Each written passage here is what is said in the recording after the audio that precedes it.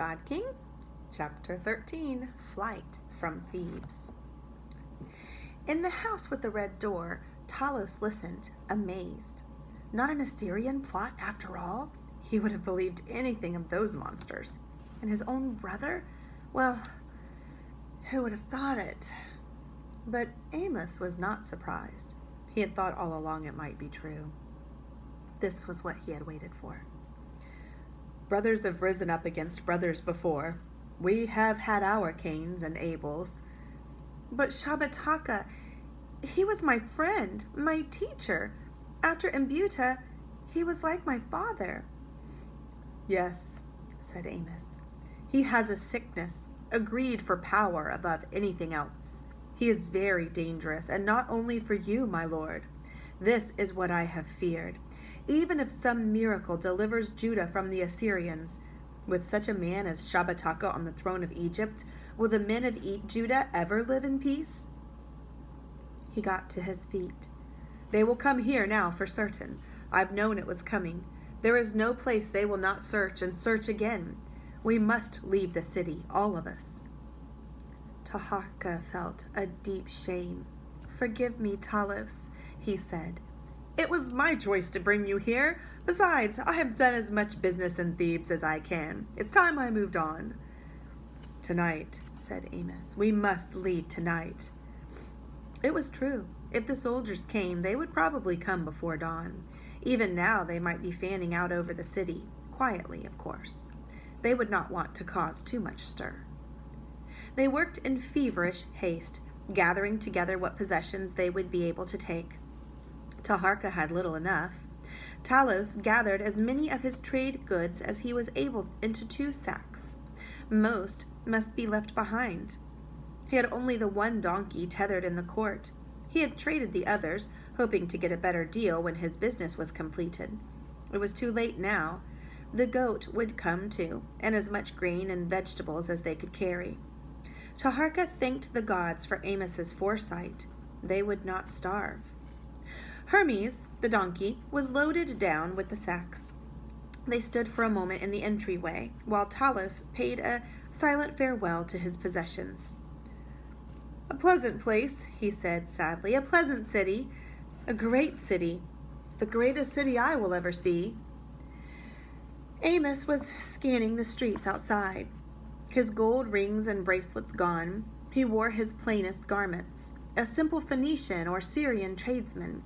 But Taharka thought he still looked like a proud foreign prince, someone who should travel with his retinue, chartering a swift boat to carry him to his destination, not someone who should creep out of the city at night with a wandering tradesman and himself. What was he now, a donkey boy? I'm sorry, he said again. I will not be able to help you now. The story is not yet played out. We all have our highs and our lows, said Amos. And we look ahead beyond the present moment. I think, Great One, my king and I would rather bet our stakes on you than on the man who sailed down the Nile this morning. Great One? It was the first time Amos had ever called him that. The little train set forth. 3 humble travelers, a donkey, and a goat. The moon looked down. Thoth, the left eye of the great sky hawk. Only Thoth knew what the future held for them. Thoth must lead them on their way. There was no question of taking passage on a boat. They did not dare go near the docks. They must go north to the gate out of the city. They must pray that there would be no questions. Not far from the great wall, Amos went on ahead to see what they would have to face, while the others took shelter in a deserted court.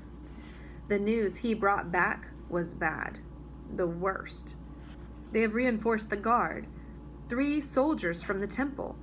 They are holding a torch up to each person's face. Several Cushite men are being held for questioning. They'll have my description, said Taharka. We can't go through there. All the gates will be blocked, said Amos, and we have no time to wander about in the city looking for a way out. No, it is here or nowhere. Think, Talos. Think, Haru. They thought. Then Talos spoke. We have a story, it is told by our bards. A band of men was trapped inside a cave by a one-eyed giant. Their leader put out the giant's eye, and the men clung beneath the sheep as they filed out, so he could not feel them on their backs. You are saying we should rush them and put out their eyes, said Amos impatiently. No, but look. Talos gestured toward Hermes with his burden of sacks. If a man could hang on beneath with his arms and legs, he would be completely hidden. Taharka looked at him.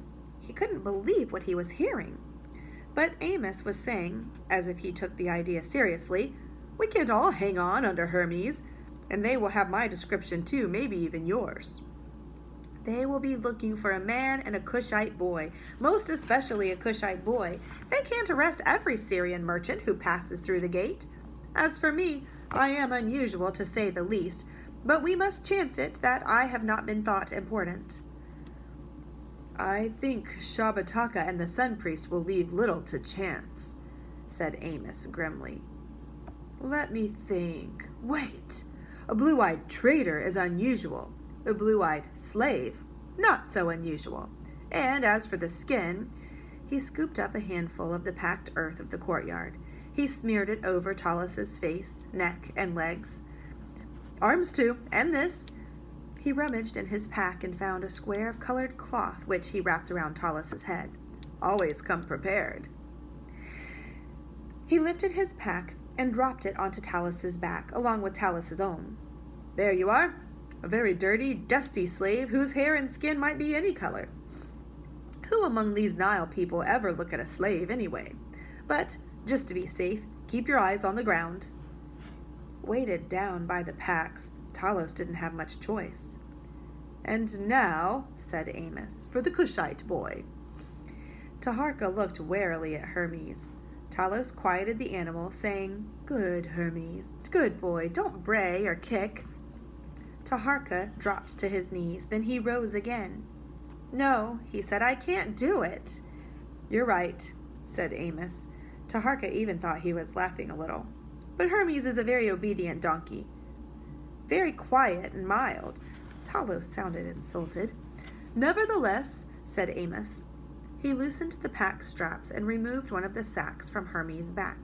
What are you doing? Hissed Talos. Amos emptied the sack into the court. My soft goods, my woolens from Corinth. Someone will be very pleased, said Amos. But we carry a more precious burden. Into the sack, young hawk. Hermes was indeed a very mild and obedient donkey, and he did little more than startle and utter some protesting snorts and mutterings as the strange burden was hoisted up and strapped into place. He neither brayed nor kicked. Taharka, bound and secure against Hermes' well-padded ribs, had never been so outraged or uncomfortable. I can't do this for long, he croaked. As long as you have to, said Amos. Come, let's go. Pray to my God. He seems to be fond of escapes from Egypt. Talos tugged at Hermes' lead strap. Hermes balked and groaned. Taharka heard a mighty slap and was jolted past bearing as the animal set out at a trot. He soon settled down, however, and the jolting changed to swaying. Taharka thought he might be sick. We're in luck, he heard Amos whisper. They're shooting dice. The four men were, in fact, very bored with their task and had gotten interested in their game. They were not in the least suspicious of the Syrian trader with his donkey, his goat, and his slave. They had had 3 Syrian merchants already that night. Where are you bound? One of them asked, more out of curiosity than anything else. Not far, said Amos. Koptos, pottery, cloths, copperware. Have a good trip, said the soldier. And so, strapped to the side of a donkey, Pharaoh was carried out of his city. In the chamber of the god, Taharka took possession of Taharka's cedarwood chair. He was very tired. He closed his eyes, stretched his legs, hung back his head. But this would not do. There was no time to rest. The high priest would be here soon. So much to be settled before he left with the army, and the army must leave in 2 days' time. The high priest came in on his knees with warm words of welcome. Shabbataka cut them short. The marriage? The preparations have been made, great God. The ceremony can take place tomorrow. It must take place tomorrow. And be ready to record my name in your books immediately thereafter, and have them begin the inscriptions on the temple wall. From the day of my father's death, remember, you will go with the army, O great one? Of course. Shabbataka flashed a warning glance at the kneeling man. The high priest made no protest. Your companion, my lord? I have brought my cousin, Tanut. He's slow in his wits, but he can perform the rites. The rest I can leave to you. The high priest nodded. He had no objection to that. There was a short silence. Shabbataka turned his head toward the windows. The pretender, he said at last. The city is being searched. All the gates are guarded. He will be found, great one. The priest hesitated. When he is found, what then? There was a longer silence. I don't know, said Shabbataka. I don't want him harmed. Not yet. The high priest looked up in surprise. Shabbataka frowned. Something troubles you? I had thought, my lord, when what? When the pretender's food taster died. What? And the high priest saw that the new god really was as astounded as he himself had been. He was completely confused. As for Shabbataka, after the first shock, he almost laughed out loud. He was going to like Thebes. They weren't afraid of anything here. They had really tried to kill him. It would have solved his problem for him. Nevertheless, I don't want him harmed. Keep him close till I return. And, he thought, the Assyrians, not the priests, might have attempted the murder. A delaying tactic to keep Egypt busy with her own calamities. They must really be on the move. And who in the great house was being paid by them? No, this war must be fought quickly. 2 days? The army must leave tomorrow. He rose to his feet. Our plans have changed, high priest. Which plans, great one?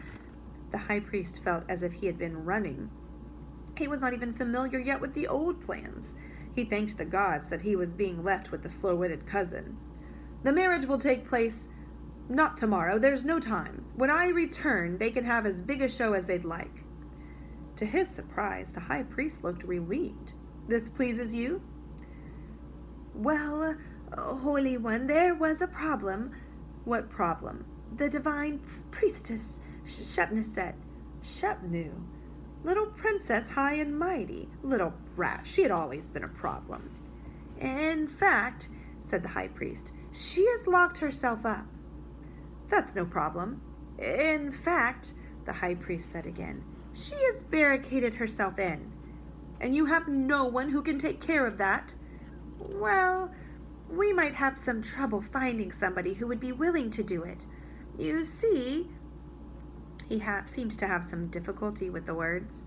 You see, she has barricaded herself into the Holy of Holies. For just a moment, even Shabbataka's skin crept. Then he really did burst out laughing, but he sobered quickly. There was one thing on his mind, on which his whole mind was set. One thing, high priest, one thing most important. Custom or no custom, marriage or no marriage. Tomorrow you will have my name recorded in the books. Tomorrow you will begin the inscriptions on the wall. Remember, from the day of my father's death. Once out of the city, chapter 14. No ships to the east. Once out of the city, beyond the reach of temple guards, they were able to take passage on a boat. It was a freighter, the main boat towing a kind of barge loaded with fruit. They paid in barley. For an extra amount, they were allowed to fit Hermes in on the cargo barge. For food on the evening stopovers, they caught their own fish, cooking them in a little kitchen cabin and eating bread and beans from the sacks. Taharka no longer even thought about the taboos. Jerusalem, the tough little city of Hezekiah, that said Amos, was their destination. Talos didn't understand why. Why not settle down right here in Egypt? It's as good a place as any, till things blow over at least. And if they don't, our young hawk here is the true king of the two lands. The men who have risen against him can't let him go loose. Once Thebes has been searched and searched again, no place in Egypt or Cush will be safe for him. He will live as a fugitive in his own country till he is hunted down. And in Jerusalem he'll be safe. After a pause, Amos said, There are different kinds of danger. And to Taharka, My king is a just man, an honorable man. He will help you. You will be king again, young hawk. Neither of you will ever get out of Jerusalem alive. Oh, sorry, that was Talos. Which voice was he? Neither of you will ever get out of Jerusalem alive, said Talos soberly. I know. That, said Amos, remains to be seen. King again, thought Taharka. He had never wanted to be king, but it had happened. Was it the will of the gods? Surely Shabbataka was not their will. Shabbataka. Shepneset. The river flowed on between the green fields with endless cliffs of Egypt rising above the river valley. Geese, ducks, ibis, heron. The water was full of boats, sails and oars, cargo boats and pleasure boats, a yacht with a cabin and its own kitchen boat in tow, pilgrims on their way to the shrine of Osiris, god of the dead. People, just people. He was one of them now. There were other people, too, the people on the banks, the men at the water wheels, endlessly churning the river water into the fields with no reward but what was left over from the tables of the god and his princes. On the dock of a small town where they had tied up for the night, a farmer had been thrown down and was being beaten by the man with the look of an official. Taharka instinctively picked up a stave used for pulling out small boats and, balancing it on the palms of his hands, stepped forward and faced the attacker. What's the offense, friend? He jerked his head toward the man on the stones. I don't see a stick in his hands. Don't interfere, said an officious voice from the crowd that had gathered. This is the vizier's tax collector. The man has defaulted on the god's share of the grain. It is a lie, shouted a small boy, his face wet with tears. Our barley is already in the god's granary, and they only left us enough to get through the dry time. Now he wants that too. The tax collector turned on the boy with his cudgel. Taharka sprang forward and deflected the blow. There was a long sigh from the onlookers. 2 men from the granary police came forward, swords drawn. But the crowd was gathering close, and the police did not seem too eager. Taharka was remembering the days of his judgments. He remembered, long ago in Napata, the man sentenced to lose his land. So you want that grain too, he said, for the god or for yourself? He wants it for himself. Bloodsucker! My youngest child is crippled from hunger because of him. The crowd was clamoring now. Everyone seemed to have his story. The 3 men were backing away. Now it was Taharka who was advancing, crouching like a panther. You know the punishment for misuse of the god's grain? Do you know? He felt Amos's hand on his shoulder, heard him whisper in his ear. Easy, Hawk. Watch your tongue. The tax collector decided to give it up. He and his guards had had a hard time getting back through the crowd. They heard him shouting, This will be reported. The god is not to be defied. You'll hear from us. We won't, muttered Amos, but it would be wise to stay out of sight here. Back on the boat till morning. As they ate their bread beneath the passenger's awning, Talos said sadly, You're right. Egypt is not safe for our hawk. There's no way he's going to be able to keep himself hidden. Taharka was not hungry. How can these things happen? Who are the men who let these things happen? A king could find out. said Amos. I wonder if Shabbataka would concern himself. Tanis, the great city of the delta, so close to the vast sea of the north. Taharka thought he could smell the salt.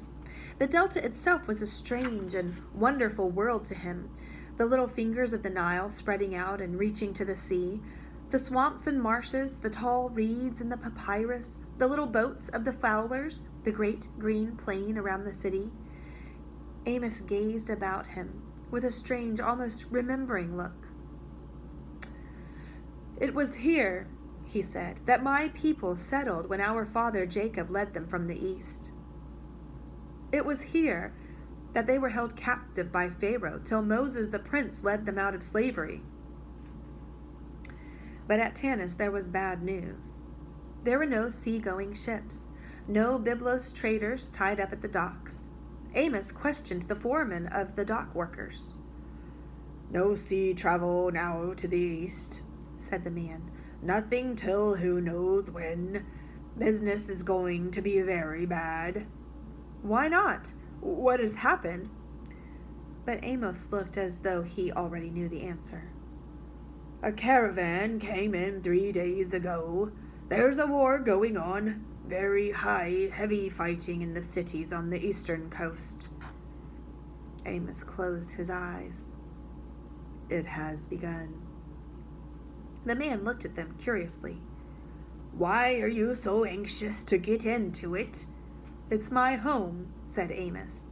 There's two, said the man, looking from Talos to Taharka. He seemed suspicious. Come, said Amos, and drew the other two away from the foreman. He whispered to Taharka, We must get away. Even this man wonders about us, and it won't be long before patrols are posted at the borders. What can we do? Hey! The foreman was calling after them. They stopped, uncertain what it might mean. But the man was not unfriendly. That caravan, they're as crazy as you are. They're going back. Well, we all have to learn a living. Amos waved his thanks to the foreman. It's our only chance, he whispered. They discovered that the caravan had been gathered from a Bedouin tribe known as the Mukri, who had long had close ties to Egypt. They were among the very few who now made the regular crossing across the old desert trade route from Gaza to the Egyptian frontier. They were real desert people, the first Taharka had ever seen, lean and brown and bearded, like bright birds of prey in their big striped robes and the headwear that protected them from the sun. The caravan itself, camped outside the city, was like a small army. A circle of black tents guarded the animals that provided them with food and clothing. Inside the circle, the women and children went about their business, milking the goats, shaping the leather jars that formed a large part of their trade, cooking up the mutton in their big stew pots. Outside rode the armed men who guarded the camp, always watchful, for in times like these you never knew. They had horses and donkeys and camels. Taharka had heard of these creatures, huge and humped and ugly, traveling the desert for days without food or water. He stared at them, fascinated. What we in Kush could do with camels, he thought. We could move out, west from the river, build cities in the desert as far as the coast of that boundless western sea, where they say the rivers run with gold. Stay away from them, Amos was saying. They're mean beasts. The chief of the clan received them in his tent. They sat cross-legged on cushions and, their hearts sinking, watched him slowly shake his head. We can take on no one else. You have never crossed the desert before? Then you cannot know how needful it is that we conserve our supplies. You haven't enough to sustain you. What you offer in payment is no good to us. We have our own trade goods. No, you must find another way, or stay here and be safe. Things are bad in the east, though, he added pompously. We of the Mukri have no fear of the Assyrians. There was an odd sound from Talos, like a smothered sneeze. There was another sound, too. from a curtained section of the big tent. A child was crying, a fretful, wailing cry. The chief turned his head, his face suddenly tense and anxious. "Someone is sick?" "It is nothing," said the chief. "We have our little ailments. My son is strong, a Mukri boy. He will be able to travel." "He is crying from pain," said Taharka. "The little boy is suffering. Maybe I can help." The chief looked doubtful, and Taharka, a little carried away, added, "I am a physician." Amos said hastily, "He was assistant to a physician in Thebes." "Thebes?" The chief was impressed. "You may look at him if you like." The child lay on a pile of brightly dyed sheepskins, turning his head restlessly from side to side.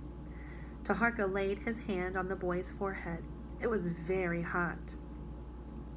Looking up at the tall black boy, not so very much older than he was, the child quieted a little. Taharka turned the curly head to one side. The skin around the ear was red and swollen.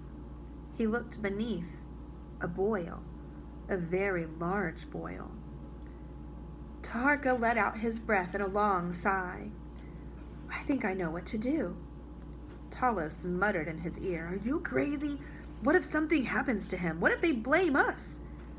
"I'll need figs, chopped very fine, and a grain mash, and hot water." The ingredients were brought. Taharka set to work, mixing a poultice. "You really know what you're doing?" Amos whispered nervously. "Well, actually, I only saw Baku use it on an animal, but if it would cure a horse, why not a human? Besides, the little boy is in pain. Someone has to do something." "I will pray," said Amos. He went outside and covered his head. Very carefully, Taharka applied the poultice to the boil. The boy cried out once at the hot water, then at Taharka's soothing touch, lay still. The chief followed the young physician into the outer tent. Taharka began his instructions as to how to apply the medicine. "We will not be doing this," said the chief. "You will. You will stay here till I see for myself what comes of it all." His voice was menacing. His eyes were as hard as stone. "You see?" whispered Talos. "What did I tell you? It will be a long day before I see home again." In any case, it was a long night. The little boy was restless. Taharka changed the poultice often and sat by the sheepskin bed to watch his progress.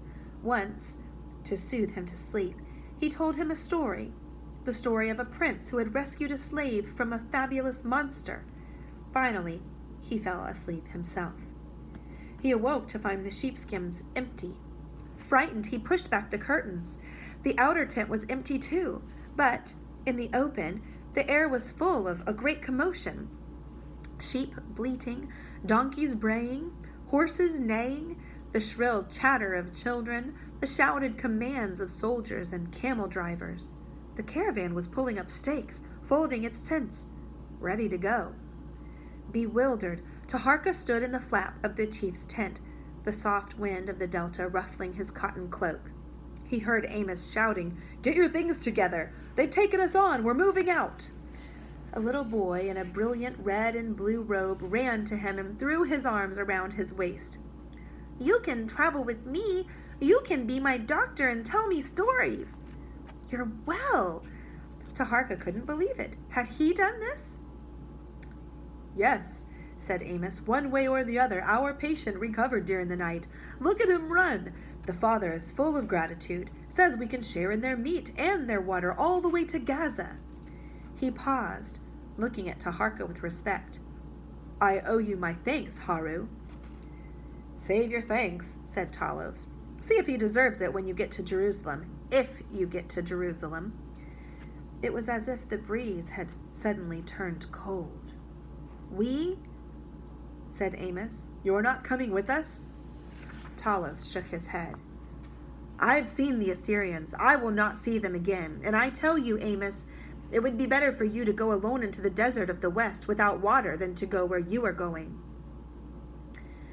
After a long pause, Taharka said, "What will you do?" "Settle down for a while in Tanis," said Talos. "It's a pleasant town. I have enough left to make a start. I make you a present. Hermes, to carry your burdens." No, you'll need 'em." He looked around him. What a world, these cities on the Nile. Your columns, your carvings in stone, your sciences, your medicines. "We are like children there," he gestured northward, across the sea, "but we will learn." He laid his hands on Taharka's shoulders. "I will miss you, great one. I am happy to have been of help to you. I am sorry for what lies ahead." He sighed. "You were learning to live in this world. You'd have made a good physician. You'd have made a good man." "He will make a good king," said Amos softly. Little knots of the people of Tanis, idlers, the inquisitive, people looking for last-minute bargains, had gathered on the outskirts of the Bedouin encampment. They watched in curiosity as the camp moved out. Looking back, Taharka saw a man step out from the crowd. He saw him raise his arm in a gesture of farewell. He thought his eyes were playing tricks with him. It was the man he had collided with in the street. It was the man with the scar.